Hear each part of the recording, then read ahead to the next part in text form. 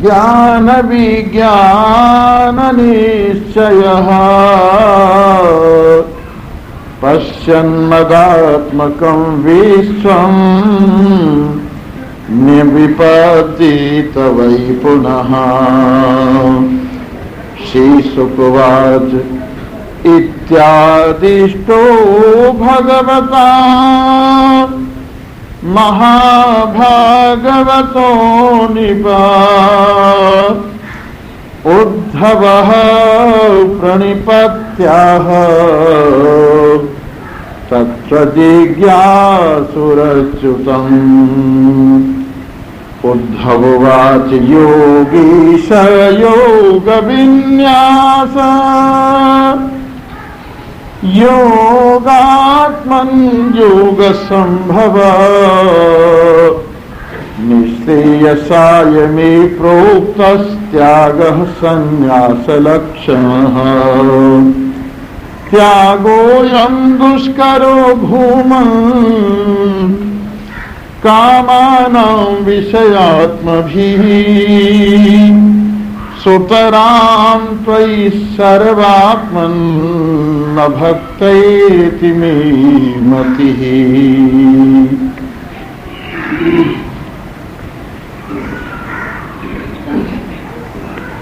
उपस्थित सूक्ष्म प्रेमी सज्जनों, कल भगवान श्री कृष्ण उद्धव जी को ये उपदेश दे रही थी कि हे उद्धव, तुम एक समझदार ज्ञानी की तरह से ज्ञान विज्ञान से संयुक्त हो जाओ, अपने आप को समस्त प्राणियों का अंतरात्मा अनुभव करो, आत्म अनुभव से संतुष्ट आत्म होकर निर्विघ्न आनंद पूर्वक अपने जीवन को जियो। जो अंदर के अंतराय हैं या बाहर के अंतराय हैं, उन अंतरायों से, विघ्नों से अपने आप को समझदारी पूर्वक बचाओ, व्यथित न होने दो। अपनी असंगता का ध्यान रखो,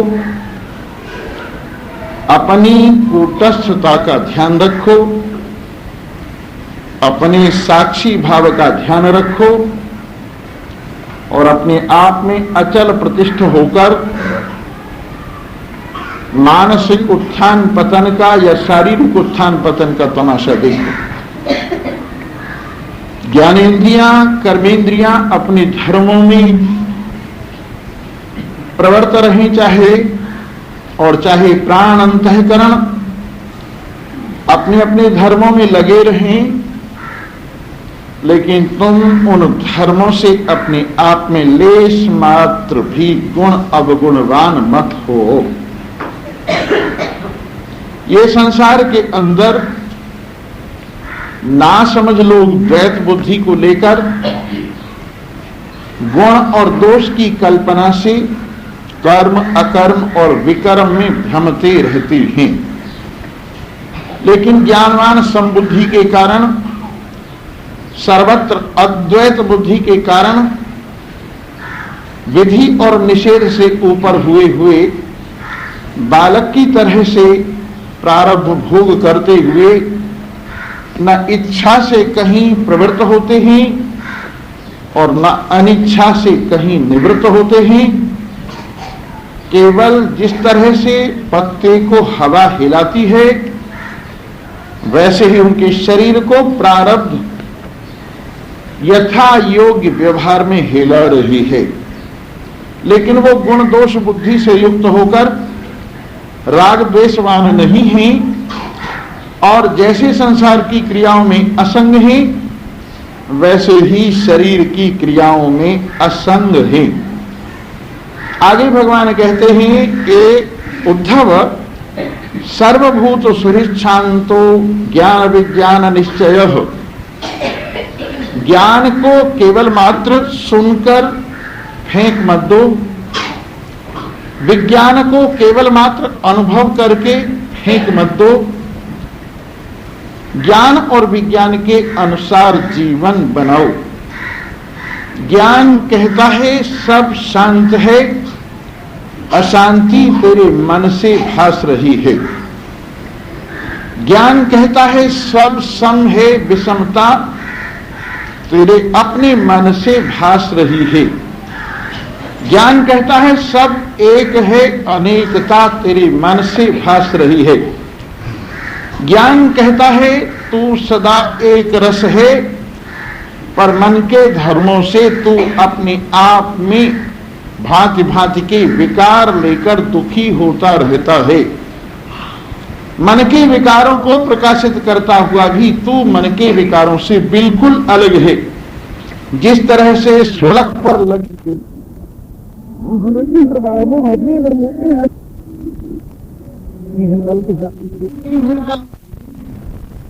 तो भी वो घर में आग नहीं आई है, उसी तरह से संसार में द्वंद्वों का तमाशा भले हो रहा है और तुझ में प्रतीत भी हो रहा है, पर वस्तुतः तेरे में इसका प्रवेश नहीं हुआ है।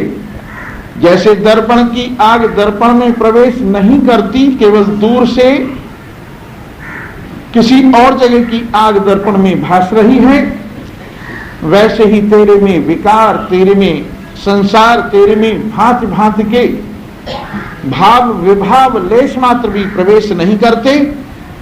ये संसार के भाव विभाव तेरे में झूठ मूठ भास रहे हैं।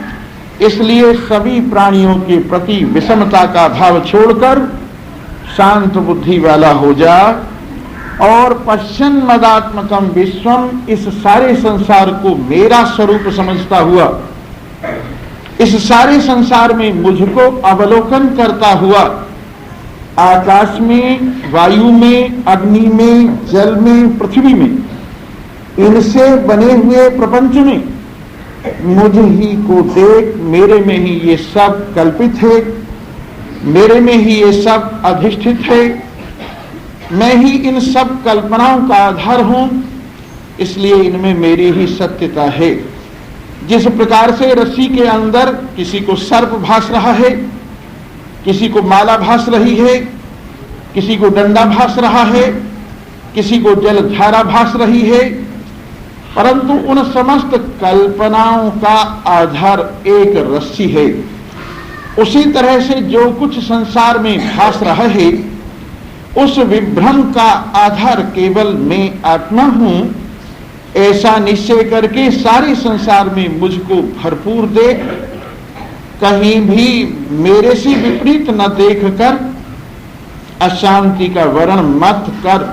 ये अशांति तेरी बुद्धि से इस संसार को विषम देखने के कारण है, अन्यथा तू समता में विराजमान हो, अपने स्वरूप में विराजमान हो, अपनी महिमा में विराजमान होता हुआ आनंद मन। जब ऐसा भगवान ने कहा तो श्री सुखदेव जी कहते हैं, इच्छादिष्टो भगवता महाभागवतो निप उद्धव प्रणपत्याह तत्व जिज्ञासुरच्युतम।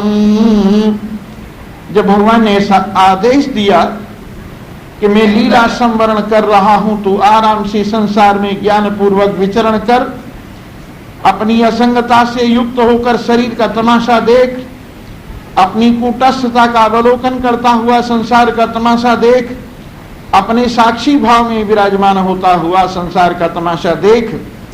तो ये सुनकर हे राजन, तत्व जिज्ञासा जिनमें है, ऐसे उद्धव जी भगवान श्री हरि को नमस्कार करके कहते हैं, योगेश योग विन्यास योगात्मन योग संभव निशेषाय में प्रोक्त त्याग संन्यास लक्षण। हे योगियों के ईश्वर, हे योग से प्रकट होने वाले, हे योग के साक्षात स्वरूप, हे योग के आत्मा, आप शायद इन बातों को न समझे हो, गौर करके समझिए। योग का अर्थ है मन लगाना। किसमें मन लगाना? परमात्मा में मन लगाना। जो परमात्मा में मन लगाते हैं, परमात्मा उनके लिए प्रकट हो जाता है। इसलिए परमात्मा का नाम है योग संभव, क्योंकि योग में सार वस्तु परमात्मा ही है और सार वस्तु आत्मा हुआ करती है। इसलिए योग का आत्मा होने से भगवान योगात्मन ही। योग विन्यास समस्त योग के द्वारा जो गुप्त पूंजी प्राप्त की जाती है, परमात्मा में मन लगाकर जो हृदय में छिपा हुआ धन पाया जाता है, वो सचमुच परमात्मा देव हमारे आत्मा ही है। इसलिए उनका नाम योग विन्यास है। और योगियों में योगियों के अधीश्वर, योगियों के इष्ट देव हैं, इसलिए उनका नाम योगेश है। हे योगेश, हे योग विन्यास, हे योगात्मन, हे योग संभव, निशेष आय में प्रोक्तः, मेरे कल्याण के लिए आपने जो त्याग का वर्णन किया है, संन्यास पूर्वक त्याग, संसार को भी त्याग दूं और वासना को भी त्याग दूं। गृहस्थियों के लिए उपदेश दिया जाता है, संन्यास का त्याग मत कर, केवल मात्र संन्यास इस संसार का मन से त्याग कर दे, वासना से त्याग कर दे। संसार को ग्रहण करता हुआ भी निर्वासनिक रहे, संसार में रहता हुआ भी अपने मन को संसार में मत डूबने दे। लेकिन सन्यासी के लिए उपदेश है कि वो संसार का भी त्याग करे और संसार की वासना का भी त्याग करे। सन्यासी के लिए दोनों का परित्याग है। संसार को कैसे त्याग करे? संसार को धीरे धीरे अपने ज्ञानेंद्रियों के साथ जो मिलता रहता है संसार कमी करे। संसार को सुनने में कमी करे सन्यासी, संसार के संस्पर्श करने को कम करे, संसार के देखने को कम करे, संसार के रस लेने को कम करे, संसार में से गंध ग्रहण करने को कम करे। संसार में क्रिया हाथों से जो की जाती है उसको सन्यासी कम करे। संसार में जो गति होती है, चलना होता है, उसको सन्यासी कम करे। संसार में जो बोलना होता है उस क्रिया को सन्यासी कम करे। और इस तरह से सन्यासी संसार का भी और संसार की वासना का भी धीरे धीरे धीरे धीरे अपने आप में संग्रह करता हुआ चला जाए। जैसे सूर्य अपनी किरणों को शाम के वक्त अस्ताचल में जाते हुए एकत्रित करता जाता है, इकट्ठा करता जाता है, उसी तरह से सन्यासी को अपनी वासना को अपने में समेटते जाना चाहिए। और वृद्धावस्था जब आती है तो हमारे यहां दो प्रकार का सन्यास कहा गया है कि एक तो सन्यास है ब्रह्मचर्य अवस्था से ही जो ले लिया जाए, और दूसरा सन्यास है गृहस्थ के बाद वानप्रस्थ में होते हुए सन्यास लिया जाए। तो ये दोनों प्रकार के सन्यास, गृहस्थ को न भोग कर सन्यास और गृहस्थ को भोग कर सन्यास, ये दोनों बातें बताती हैं कि प्रत्येक मनुष्य को 50 साल के बाद तो सन्यासी हो ही जाना चाहिए। 50 साल के बाद तो इन विषयों का भोगना छोड़ ही देना चाहिए। 50 साल के बाद तो खाने पीने में लालच उसको छोड़ ही देनी चाहिए। 50 साल के बाद तो पहनने में विशेष रुचि, विशेष फैशन उसको छोड़ ही देना चाहिए। और इस तरह से धीरे धीरे अपने इस मन को संसार से अलग करने का प्रयत्न करना चाहिए। लेकिन जो 25 और 50 के बीच में है, ब्रह्मचारी के लिए भी ये उपदेश है संसार का भोग न करके विद्या ग्रहण करे। ब्रह्मचारी को भी ये उपदेश है विशेष रूप से संसार के इन विषयों का गुलाम न होकर विद्या ग्रहण करे। गृहस्थ में भी ये उपदेश है, यहां भी सावधानी से संसार को भोगे। जिस तरह से कोई आदमी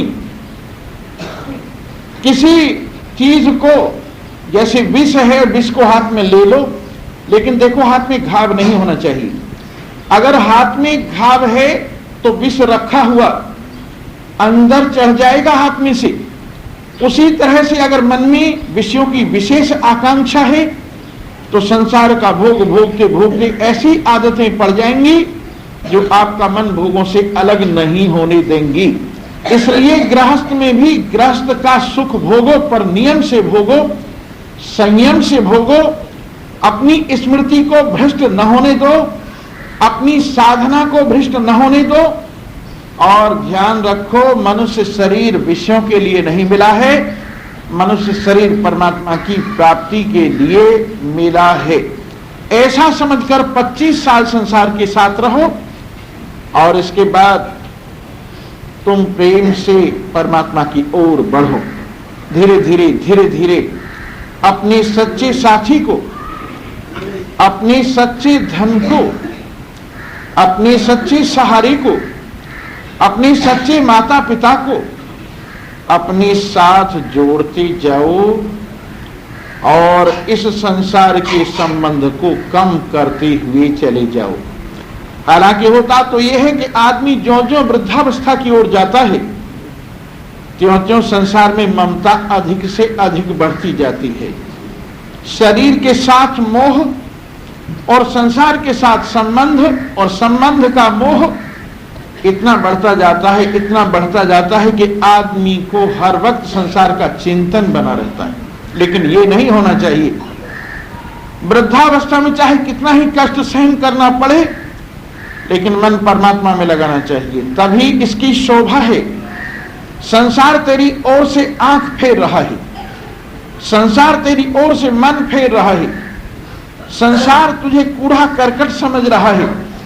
तेरे सगे संबंधी तेरा घर में निवास करना ठीक नहीं समझते।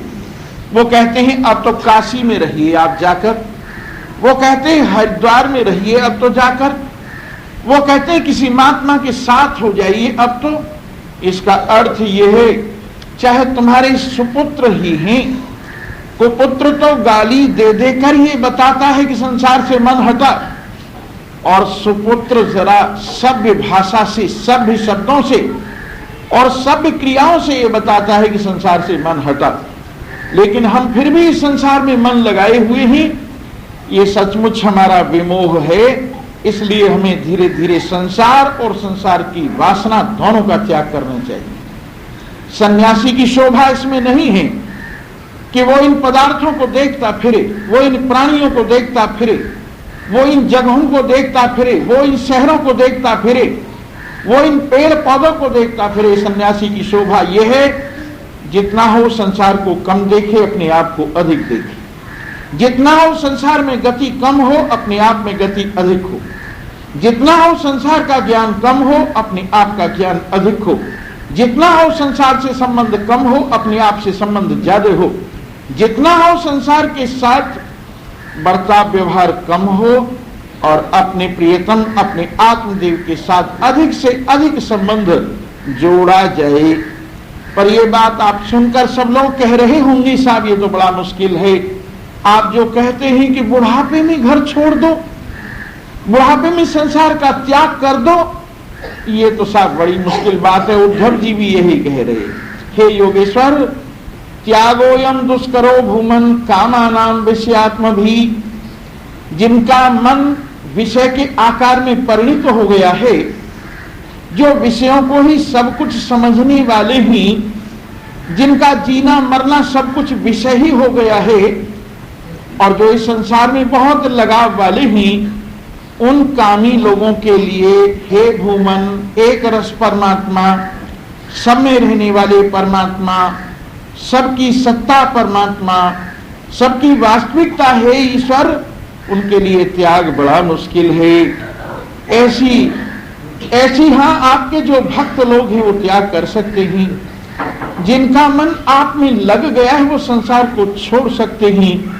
लेकिन ऐसा सरल उपाय बताओ जिससे हम धीरे धीरे धीरे धीरे आपकी ओर बढ़ आवें और संसार की ओर से हट जावें। अपनी बात कह रहे हैं उद्धव जी। सोहम ममा एहिमिति मूढ़मतिर्विगाढ़ास् त्वन्मायया विरिचितात्मनि सानुबन्धे तत्त्वञ्जसा निगदितं भवता यथाहं संसाधयामि भगवन् अनुसाधिवृत्यम्। प्रभु मैं और मेरा मुझ में बहुत ठोक ठोक कर भरा हुआ है। मैं मूढ़ बुद्धि वाला गाढ़ अज्ञान में घुसा हुआ हूं। आपकी माया से इस संसार के अंदर मैंने इतना मोह किया हुआ है कि मेरा मन संसार से निकलकर देता ही नहीं है।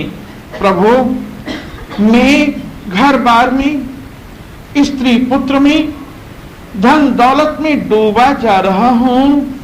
आप मुझे सन्यास का जो उपदेश दिया है ऐसा समझाइए कि मैं सुगमता पूर्वक वहां तक पहुंच सकूं। धीरे धीरे धीरे धीरे। देखिए जैसे कुएं में डोल गिर गया है और दलदल में फंस गया है, आप उसको निकालना चाहते हैं तो रस्सी में कांटा, लोहे वाला कांटा होता है, वो डाल के कुएं में कांटे को डालते हैं। आपका कांटा कुएं में गिरकर डोल से अटक गया है, पर झटका मत मारिए, नहीं तो रस्सी टूट जाएगी और डोल भी जाएगा और कांटा भी जाएगा। क्या कीजिए, धीरे धीरे हिलाते रहिए, धीरे धीरे हिलाते हिलाते हिलाते हिलाते जब डोल ऊपर निकल आवे दलदल से तब खींच लीजिए। वैसे ही जीवन डोल की तरह से मोह की दलदल में फंस गया है संसार के कुएं में, और आपने साधना का कांटा डाला है। लगन की रस्सी में बांधकर ज्ञान के कांटे से आप अपने को निकालना चाहते हैं जीवन को, और ये ज्ञान का कांटा आपके जीवन में उलझ भी गया है। तो वहीं धीरे धीरे घर में रहते रहते हिलाए जाइए, हिलाए जाइए, हिलाए जाइए। जब देखो कि अब जीवन हल्का हो गया है, मोह की दलदल से ऊपर आ गया है, फिर आराम से खिंच जाएगा। कहीं ना कहीं आदमी को रहना तो है ही, किसी आश्रम में रहेगा, किसी जगह पर रहेगा। संसार तो वहां भी है, खाने की समस्या तो वहां भी है, वहां भी साग सब्जियों की समस्या है, वहां भी चाय परांठे की समस्या है। उस सबको हल करने के लिए वहां भी कुछ ना कुछ करना पड़ेगा। इसलिए यही ये जो घर है इसी को आश्रम क्यों न समझ लिया जाए, और बजाय इसके कि कहीं और जगह किसी की आज्ञा पालन की जाए, यहीं थोड़ी थोड़ी डोर सी हिलाते रहो। सत्संग के लिए समय निकालकर सत्संग करो, विचार के लिए समय निकालकर स्वाध्याय करो, और समय निकाल करके स्मरण करो। तीन चीजें जीवन को बनाती हैं, स्वाध्याय, सत्संग और स्मरण। स्वाध्याय में किसी से, सत्संग में किसी से सुना जाता है, स्वाध्याय में कुछ पढ़ा जाता है, स्मरण में अपने सहारे पर विराजमान होकर विचार किया जाता है, अपने अनुभव से देखा जाता है कि मैंने जो कुछ पढ़ा है उसके अनुसार मेरा जीवन कितना बन सका है, मैंने जो कुछ सुना है उसके अनुसार जीवन कितना बन सका है। अकेले में बैठकर विचारिए, यों देखिए अकेले में बैठकर कितने साथी तुमको छोड़कर चले गए, यों देखिए कितने साथी अब भी चले जा रहे हैं, और यों देखिए अपना शरीर भी कितना बदल गया है। इस तरह से इस बदलने वाले खेल को देखकर अपने आप में वैराग्य रखिए, और किसी भी चीज से मन लगाने का प्रयत्न न कीजिए, बस काम चलाऊ मन रखिए। इस संसार से काम चलाऊ मन लगाकर रखिए, टिकाऊ मत इस संसार को समझिए, और मन कहां रखिए? परमात्मा के चरणों में। मन परमात्मा के चरणों में रखिए, कहीं भी संसार में अपने आप को मत उलझाइए, न किसी को प्रिय बनाइए न किसी को अप्रिय बनाइए। यहां प्रिय बनाने से भी रोना पड़ता है और अप्रिय बनाने से भी रोना पड़ता है। प्रियता अप्रियता का स्वांग करते हुए भी अंदर से ध्यान रखिए, कहीं आपका मन किसी व्यक्ति या किसी पदार्थ से फंस तो नहीं गया है, कहीं आपका मन उलझकर अपनी यात्रा से अलग तो नहीं हो गया है, कहीं मोह के वशीभूत भगवान का भजन तो नहीं छूट गया है, कहीं संसार के काम धंधों में उलझकर वास्तविक काम वो तो नहीं छूट गया है। इस बात का विचार कीजिए, और ये स्मरण आपको बहुत आगे बढ़ाएगा। सत्संग कीजिए, स्वाध्याय कीजिए, स्मरण कीजिए। स्मरण का अर्थ ये नहीं है कि माला लेकर राम राम करते रहिए, इतना मात्र स्मरण नहीं है। अपना बही खाता देखिए, अपने जीवन को पढ़िए, आप कहां से कहां कितनी उन्नति आपने की है, कितना आपका मोह कम हुआ है, कितना आपका लोभ कम हुआ है, कितनी आप में से वासना कमी हुई है, कितना भगवान के प्रति प्रेम बढ़ा है, और कितने आप अपने को संभालने में सारे दिन और सारे जीवन सफल हो सके ही, इस बात का ध्यान कीजिए। और इस तरह से धीरे धीरे उन्नति आपके घर में रहते रहते ही होती चली जाएगी। जो जवान ही काम करें, डटकर काम करें, हिम्मत से काम करें, परंतु सत्संग वो भी करें, स्वाध्याय वो भी करें, समय निकाला जा सकता है। समझदार आदमी समय निकाल लेता है। जब तुम विवाह के लिए समय निकाल सकते हो, जब तुम किसी के मरने जीने में समय निकाल सकते हो, जब तुम क्लबों के लिए समय निकाल सकते हो, जब तुम सिनेमाओं के लिए समय निकाल सकते हो, जब तुम गप्पों के लिए समय निकाल सकते हो, तो क्या परमार्थ के लिए समय नहीं निकाल सकते? यहां से एक माई जाते जाते कहती है, मुझे बड़ा काम है, अब तो मैं चल रही हूं, गली में दूसरी माई मिल गई, 1 घंटा बात करते करते हो गए, और कहती जाती है, मुझे बहुत काम है आज, मुझे जल्दी जाना है, फिर 1 घंटा लगा दिया। तो इस तरह से हम अपना समय कितना बर्बाद कर रहे हैं। क्या इस समय में से हम कुछ समय बचा ही नहीं सकते?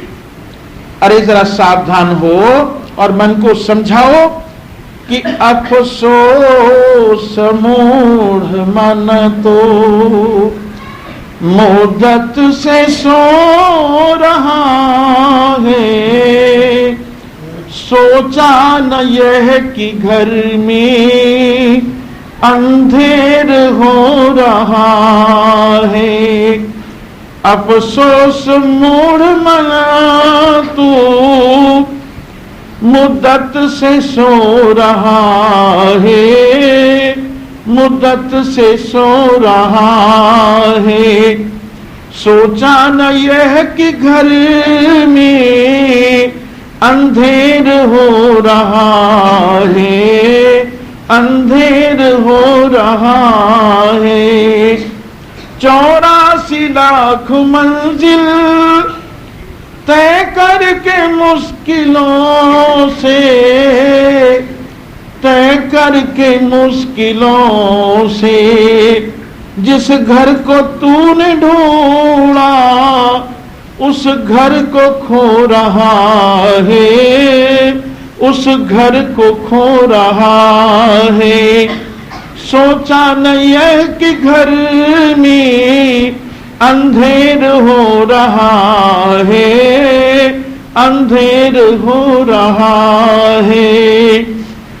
अनमोल श्वास तेरी बातों में जा रही है, बातों में जा रही है, बातों में जा रही है। हीरे को छोड़ कंकड़ और कांच ढो रहा है, और कांच ढो रहा है। सोचा न यह कि घर में अंधेर हो रहा है, अंधेर हो रहा है। सत्संग ज्ञान गंगा उसमें न मारा गोता, सत्संग ज्ञान गंगा उसमें न मारा गोता, उसमें न मारा गोता। तृष्णा के गंदे जल में इस तन को धो रहा है, इस तन को धो रहा है। सोचा न यह कि घर में अंधेर हो रहा है, अंधेर हो रहा है। संसार सिंधु तुझसे क्या खाक पार होगा, क्या खाक पार होगा।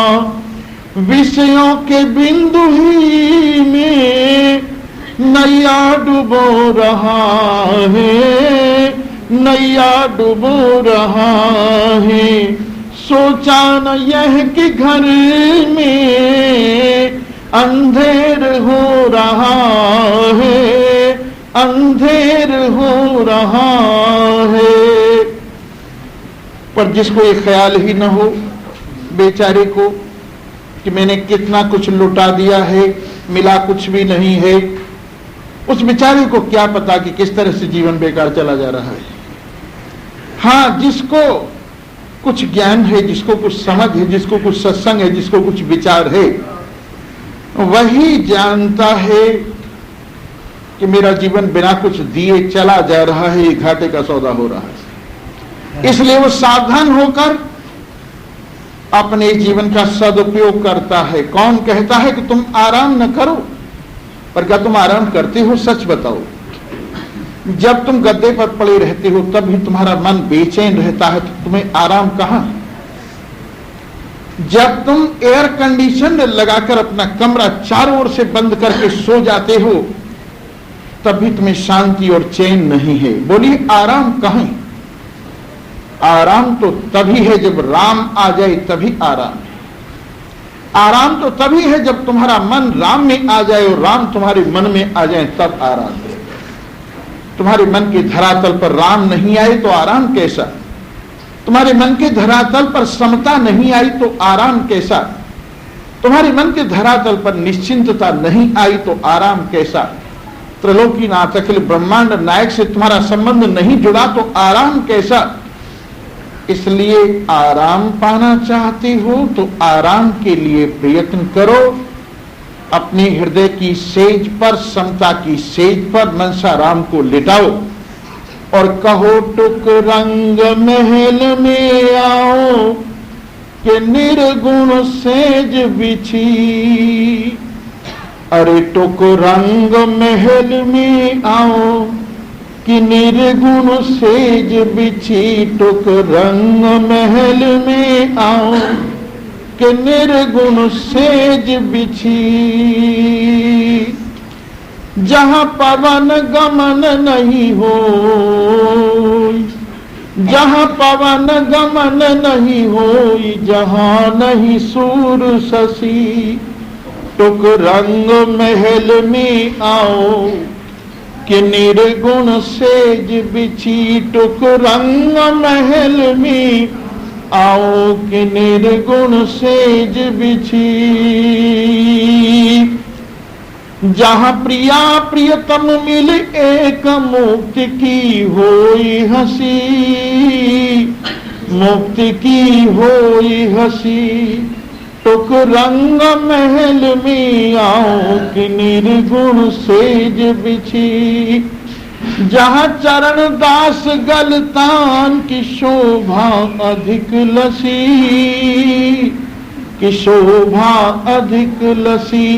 टुक रंग महल में आओ कि निर्गुण सेज बिछी। कि निर्गुण सेज बिछी। कि निर्गुण सेज बिछी। आपके हृदय में ही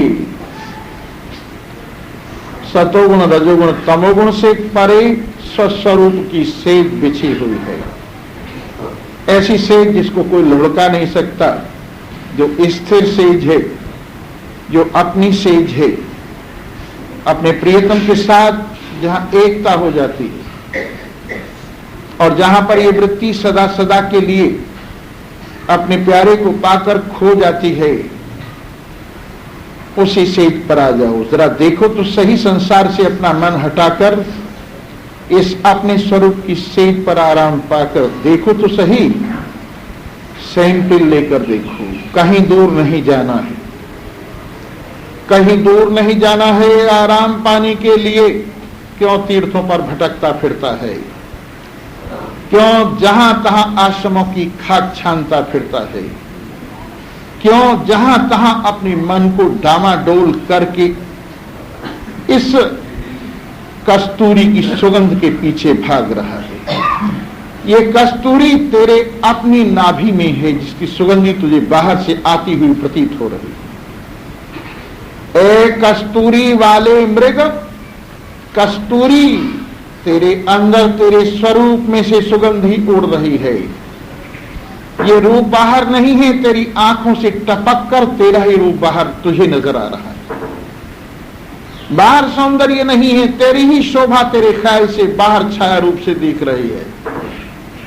जरा अपने आप को देख, अगर तूने अपने आप को देखा होता तो सबको देख लिया होता। अपने आप को नहीं देखा, इसलिए सबको देखता फिरता है और सब दिख नहीं पा रहे हैं। अपने आप में, अपने प्रियतम में दिल लगा और देख। दुल्हा सोवे है अटारी में, जगा ले सजनी, दुल्हा सोवे है अटारी में, जगा ले सजनी, दुल्हा सोवे है अटारी में।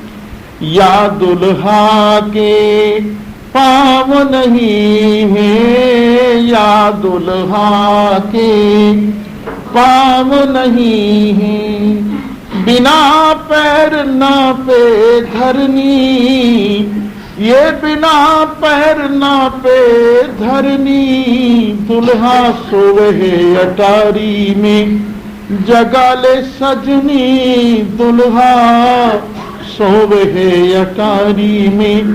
हो जगा ले सजनी, दुल्हा सोवे है अटारी में। या दुल्हा के हाथ नहीं है, पर बिना हाथ करे सारी करनी, दुल्हा सोवे है अटारी में, जगा ले सजनी, दुल्हा सोवे है अटारी में, जगा ले सजनी।